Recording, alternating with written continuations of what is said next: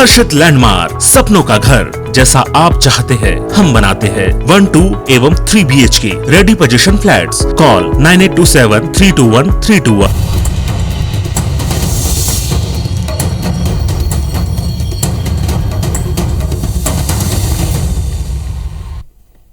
नमस्कार, आप देख रहे हैं IBC 24। मैं हूं आप सभी के साथ रचना नितेश। हुए विवाद को लेकर मुख्यमंत्री भूपेश बघेल ने आज एक उच्च स्तरीय बैठक ली, जिसमें गृह मंत्री ताम्रध्वज साहू, कवर्धा के प्रभारी मंत्री TS सिंहदेव, मंत्री मोहम्मद अकबर और DGP समेत कवर्धा के कलेक्टर और SP भी मौजूद रहे।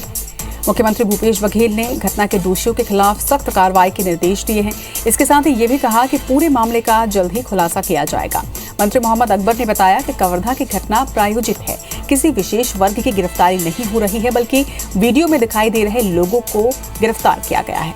पकड़े गए अधिकांश लोग मुंगेली और रायपुर के माना, धमतरी जैसे जगहों के हैं। वहीं मंत्री मोहम्मद अकबर ने यह भी बताया कि जिस भगवा झंडे को लेकर ये विवाद हुआ था, उसे उन्होंने दोबारा लगवा दिया है। उन्होंने बताया कि नवरात्र के कारण पूजा सामग्री व फल सब्जी की दुकानों को खोलने की अनुमति दी गई है। वहीं भाजपा के आरोपों पर कांग्रेस ने पलटवार किया कि भाजपा के पास कोई मुद्दा नहीं। ये घटना भी हो रही है, लेकिन मैं समझता हूँ कि ये देश शांतिप्रिय देश और इस प्रकार की घटनाओं का यहाँ छत्तीसगढ़ में कोई स्थान नहीं है।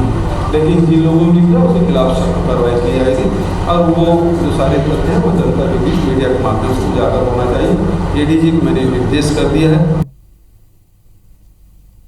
देखिए, जो घटना घटी है वो बहुत दुर्भाग्यजनक है और उस घटना से हम लोगों को सबक लेना है कि आगे इस प्रकार की घटना न हो। और जो लोग इस घटना में, चाहे कोई पक्ष को हो, किसी वर्ग के हो, किसी धर्म को मानने वाले हो, लेकिन भीड़ को जो उकसाने का काम और इसके लिए जो जिम्मेदार है उसके खिलाफ सख्त कार्रवाई की जाएगी, जो वीडियो में दिखाई देगा। दूसरा ये कि वो यदि चाहते हैं कि किसी के खिलाफ अपराध पंजीबद्ध हो तो कोई सबूत जिसके खिलाफ भी होगा वो जानकारी दे दें, उसके खिलाफ भी कार्रवाई की जाएगी।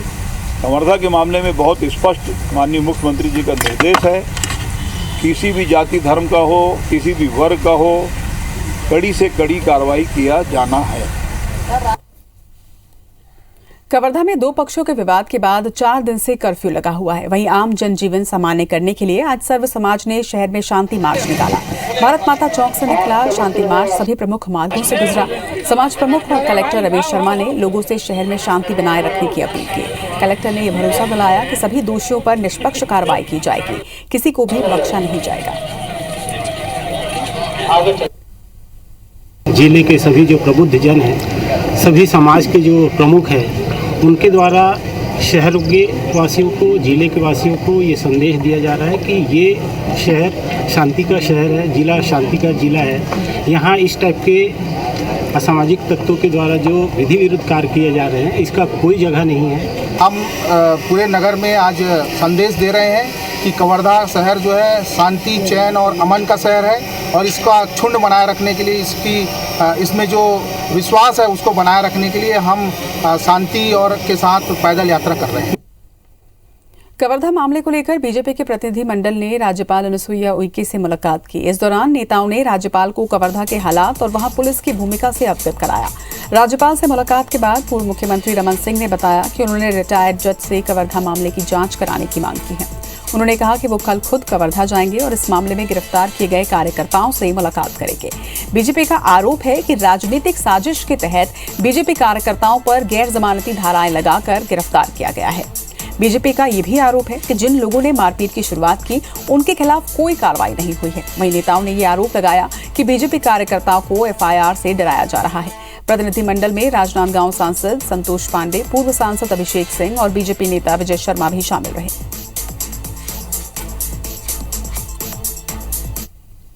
70 बच्चे 5, 6, 7 दिन से गिरफ्तार करके अंदर भेजे गए हैं, तो क्या बिना FIR के, बिना उसके उनको गिरफ्तार किया गया है? ये भी गैर कानूनी होगा। घटना प्रायोजित थी। घटना में जो है जो 20,000 की पब्लिक है, ये प्रायोजित नहीं है। वो जो ऊपर चढ़े हैं, आप फुटेज देखिए, फुटेज देख करके कोई बता दें कि प्रायोजित है।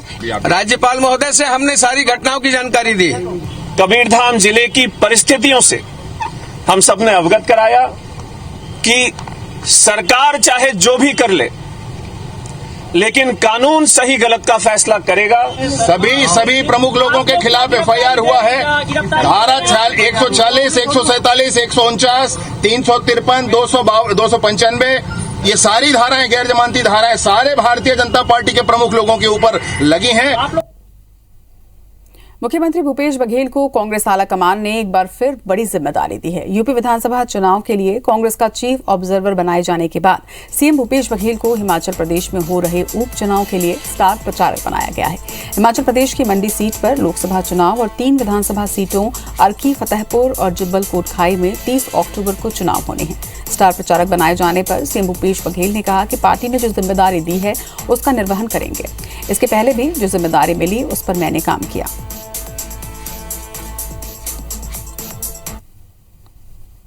हिमाचल प्रदेश उपचुनाव के लिए स्टार कैंपेनर बनाए गए हैं। पार्टी जहां जिम्मेदारी थी, जहां भेजे वहां जाएंगे। अभी तो उत्तर प्रदेश के पर्यवेक्षक के रूप में मुझे नियुक्त किया गया है, वो जिम्मेदारी भी निर्वहन, और जहां जहां उपचुनाव बुलाएंगे तो निश्चित रूप से जाएंगे।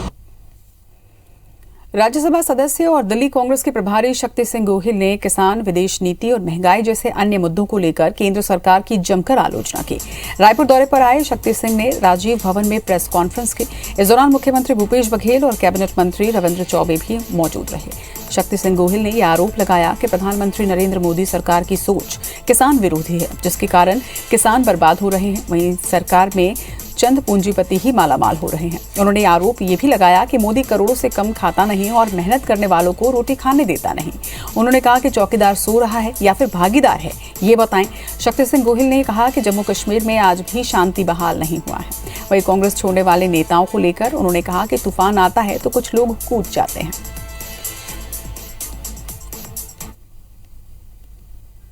आज जो देश के हालत बने हैं, आप सभी को याद होगा, यहाँ छत्तीसगढ़ में भी चुनावी जनसभाएं जब हुई थी तब आज के प्रधानमंत्री कहते थे मित्रों हर साल 2 करोड़ नौकरियां खोल दूंगा। आपको याद होगा, हर साल 2 करोड़ नई नौकरियां खोल दूंगा, कोई युवा बेरोजगार नहीं रहेगा।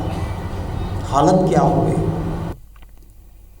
छत्तीसगढ़ में एक बार फिर से चावल पर सियासत गर्म है। मोदी सरकार की ओर से कोरोना काल में प्रति व्यक्ति 5 किलो चावल देने की घोषणा की गई थी, लेकिन इसके बाद भी राशन दुकानों में चावल नहीं दिया गया, जिसे लेकर भाजपा ने प्रदेश सरकार पर करीब 1500 करोड़ रुपए के चावल घोटाले का आरोप लगाते हुए हल्ला बोल दिया है। भाजपा ने आज प्रदेश के सभी जिला मुख्यालयों में प्रदर्शन किया। वहीं भाजपा नेताओं ने यह कहा कि मोदी सरकार के आवंटन के बाद भी उपभोक्ताओं को चावल न देकर प्रदेश सरकार ने उनका हक मारा है। भाजपा नेताओं और कार्यकर्ताओं ने राशन दुकानों में जाकर उपभोक्ताओं को नरेंद्र मोदी की घोषणा की जानकारी देते हुए उनके तस्वीरों वाला थैला बांटा। इसके साथ ही राशन दुकानों से अपने हिस्से के चावल मांगने के लिए कहा है। भाजपा के प्रदर्शन पर मुख्यमंत्री भूपेश बघेल ने कहा कि एक तरफ नेता प्रतिपक्ष धर्मलाल कौशिक PIL लगाकर नान घोटाले की जांच रुकवाते हैं, तो वहीं दूसरी तरफ घोटाले का आरोप लगाते हैं। उन्होंने कहा कि जनता को बरगलाने की बजाय तथ्यों के आधार पर ये बात रखें। जनता के साथ में जो 10,000 करोड़ रुपए का भ्रष्टाचार भूपेश बघेल की सरकार ने किया है। ये गरीबों के साथ में अन्याय है, अत्याचार है, उनके पेट पर लात मारने का काम है। इसके विरोध में पूरे छत्तीसगढ़ की राशन दुकानों पर आज भारतीय जनता पार्टी धरना प्रदर्शन कर रही है। और मोदी जी ने जो हमारा हक दिया है प्रति व्यक्ति 5 किलो चावल का, उससे भी वंचित किया जा रहा है। तो ये गरीब व्यक्ति भी जो है वो चिल्ला रहा है, कर्रा रहा है। और हम लोग प्रार्थना करते हैं माता से कि भूपेश बघेल सरकार, भ्रष्ट सरकार, ऐसी सरकार को सद्बुद्धि दे ताकि गरीब व्यक्ति के साथ में अन्याय न हो। किस घोटाले की बात कर रहे हैं और बताएं कहाँ गड़बड़ी कार्रवाई कर देंगे। लेकिन ये जो आप केवल लोगों को बरगलाने काम कर रहे हैं वो गलत है। तो तथ्य सहित बात करें, निश्चित रूप से कार्रवाई होगी। यूपी के लखीमपुर खीरी में छत्तीसगढ़ सरकार की ओर से मुआवजे को लेकर जारी सियासत पर स्वास्थ्य मंत्री TS सिंहदेव ने कहा कि यूपी में मुआवजा वहां के हालात के हिसाब से दिया गया है। छत्तीसगढ़ के हिसाब से मुख्यमंत्री फैसला लेंगे, वो समझदार हैं। वहीं छत्तीसगढ़ सरकार पहले जो मुआवजा देती थी उसे भी बढ़ाया गया है। छत्तीसगढ़ के शिक्षा मंत्री पर ट्रांसफर को लेकर कांग्रेस के ही विधायक की ओर से लगाए आरोप के सवाल पर सिंहदेव ने कहा कि ये मामला AICC देखेगी।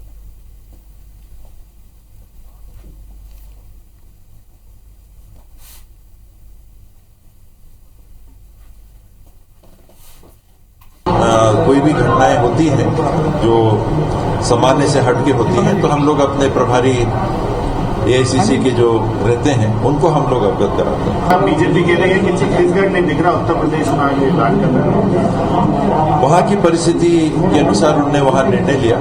छत्तीसगढ़ में क्या निर्णय लेंगे, मुख्यमंत्री जी परिपक्व हैं, समझदार हैं, वो यहाँ की स्थिति के अनुरूप यहाँ भी निर्णय लेते रहे हैं और लेंगे। पहले जो राशियां मिलती थी, सहायता राशियां, उनमें काफी इजाफा हुआ है। मुख्यमंत्री भूपेश बघेल ने आज इंदिरा गांधी कृषि विश्वविद्यालय में कई तकनीकी और निर्माण कार्यों की सौगात दी। मुख्यमंत्री ने कृषि विज्ञान केंद्र रायपुर, उद्यानिकी महाविद्यालय जगदलपुर और रायगढ़ में महाविद्यालय भवन और छात्रावास भवनों का लोकार्पण किया। वहीं शक्ति जैव विविधता संग्रहालय, फाइटो सैनिटरी प्रयोगशाला, नॉलेज सेंटर, 16 महाविद्यालयों के ई क्लासरूम का उद्घाटन, नवीन फसल प्रजातियों और तकनीकों का भी लोकार्पण किया। कृषि विश्वविद्यालय के कार्यक्रम में पहुंचे मुख्यमंत्री ने कहा कि कृषि विश्वविद्यालय की बेहतरी के लिए कई नए कदम उठाए गए। मुख्यमंत्री ने राशन दुकानों पर बीजेपी प्रदर्शन को लेकर कहा कि एक तरफ नेता प्रतिपक्ष PIL लगाकर नान घोटाले की जांच रुकवाते हैं तो वहीं दूसरी तरफ घोटाले की बात भी करते हैं। जो भी आरोप हैं उस पर तथ्यों के साथ अपनी बात को रखें, जनता को बरगलाने की कोशिश न करें।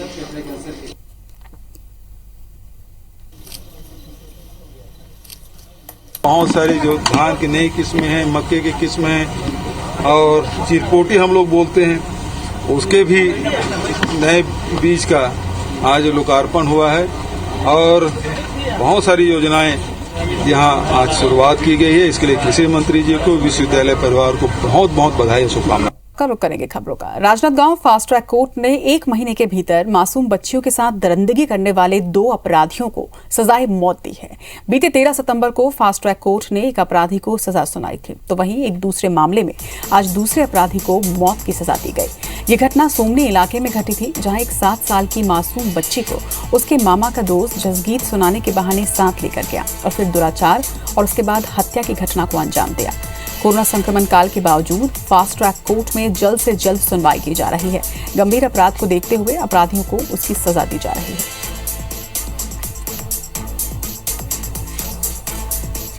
थाना सोमनी के पास एक गांव है, वहां की 7 वर्षीय बच्ची है ना, जिसको उसके घर आया उसके मामा का दोस्त, पहले तो बलात्कार किया, फिर उस 7 वर्षीय बच्ची का सर कुचल कर उसको रेलवे ट्रैक में डाल दिया, जिससे बच्ची के शरीर के टुकड़े टुकड़े हो गए। उसको दोषी करार पाते हुए मृत्यु दंड की सजा से दंडित किया उसे।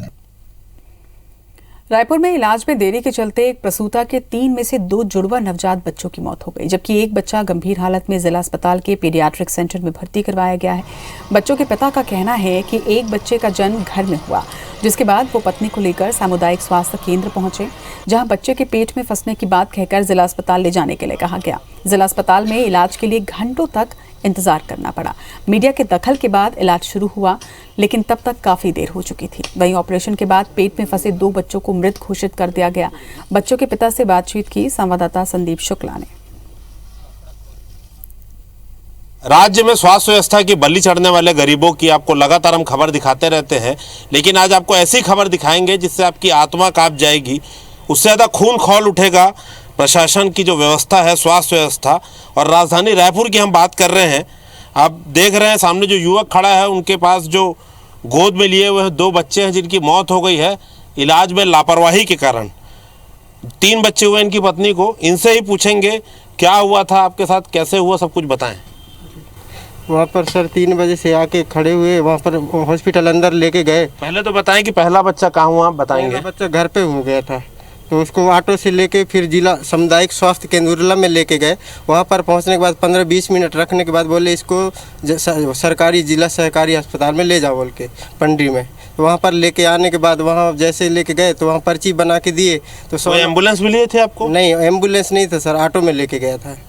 फिर क्या हुआ पंडरी जिला अस्पताल में, क्या हुआ? फिर लेके जाने के बाद बोले 100 नंबर में जाके पर्ची बनाओ, जबकि मैडम पहले से बना के दे चुकी थी कि उसका कंप्यूटर काम नहीं कर रहा था। बोले ये पर्ची को दिखाना। इसके लेके जाने के बाद भी वहाँ पर बार बार घुमा रहे थे कि जब 100 नंबर में जाके फिर से पर्ची बनाओ। ये बताइए कि पेट में 3 बच्चा था आपकी पत्नी के, ये आपको जानकारी दिया मितानिन ने सामुदायिक स्वास्थ्य केंद्र में पहले? क्योंकि भाई शासन तो बोलता है ना कि गोली देते हैं, पोषण आहार देते हैं घर में लाके। आपको किसी ने बताया था 3 बच्चे हैं पेट में? नहीं, कोई नहीं बताया। सोनोग्राफी में पता चला है, पहले से कोई नहीं बताया। कब पता लगा आपको? आज ही पता किए थे। आज सोनोग्राफी कराया। क्या टाइम इसका 8वां चल रहा था, तो अभी 1 महीना का टाइम था, इसलिए आज सोनोग्राफी जाके करवाने के लिए सुबह गए। तब वहाँ डॉक्टर बोले कि 2 बच्चे हैं। 2 आने के बाद पता चला कि हॉस्पिटल में कि 3 बच्चे हैं। ये आपको और कितना समय लगा कुल घर से अस्पताल आके रुके, कितना घंटा वेट किया? 2 बजे घर से निकले हैं सर, हॉस्पिटल करते करते 5 बज गए, मतलब 3-4 घंटा लग गए। अभी क्या स्थिति तीनों बच्चे की? 2 खत्म हो गई है, पहले जिंदा थी, मेरे हाथ में दिए थे जिंदा, इसके बाद में फिर दोनों खत्म हो गई और एक बच्ची अभी आईसीयू में है और माँ भी है उसकी, मेरे भाई। आप देखिए 2 बच्चों की बलि चढ़ी है फिर से आए जो है रायपुर के सरकारी अस्पताल में। इसके पहले हमने आपको आंकड़ा दिखाया था कि जिला अस्पताल का जो NICU है, हर 100 में से 26 बच्चों की मौत हो रही है। प्रशासन के लोगों ने बड़े बड़े दावे किए थे, लेकिन सच्चाई आपके सामने है। अब बार बार हम दिखा रहे हैं, लगातार दिखा रहे हैं। बड़ी बात यह है कि राजधानी में जब ये सब कुछ हो रहा है तो आप अंदाजा लगाइए कि दूरस्थ इलाकों में क्या हाल हो रहा होगा। कैमरामैन योगेंद्र मिश्रा के साथ संदीप शुक्ला, IBC 24 रायपुर। राजधानी रायपुर के महिला थाने की काउंसलिंग सेंटर में आज जमकर हंगामा हुआ। दरअसल काउंसलिंग के लिए आए एक परिवार के बीच आपस में झड़प हो गई। बात इस कदर बिगड़ी कि रिश्तेदारों ने एक दूसरे पर हमला कर दिया। किसी ने लात घूंसे से एक दूसरे को पीटा तो कोई महिलाओं को घेरे हुए था। मामले में महिला थाना पुलिस ने दिवंगत परिवार के 3 सदस्यों पर अपराध दर्ज करते हुए अग्रिम कार्रवाई की है। घटना कई लोगों को चोटें भी आई हैं।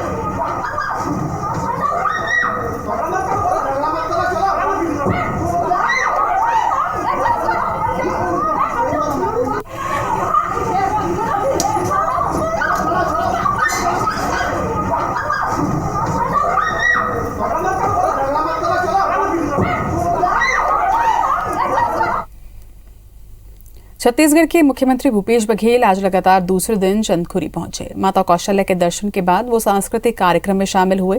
इस दौरान कई मंत्री और विधायक भी मौजूद रहे। बता दें कि चंदखुरी में आज मानस मंडली की ओर से सांस्कृतिक कार्यक्रम की प्रस्तुति दी गई।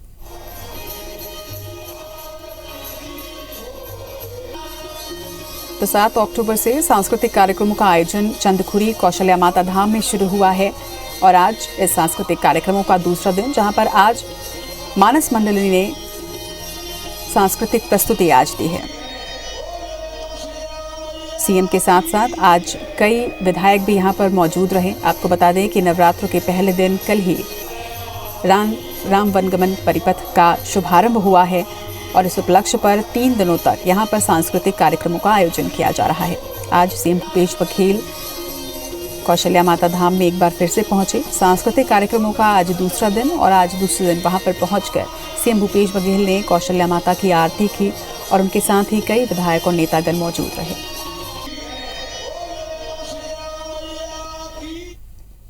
छत्तीसगढ़ की खबरों में फिलहाल इतना ही। आगे देखिए खबरें मध्य प्रदेश की। नमस्कार।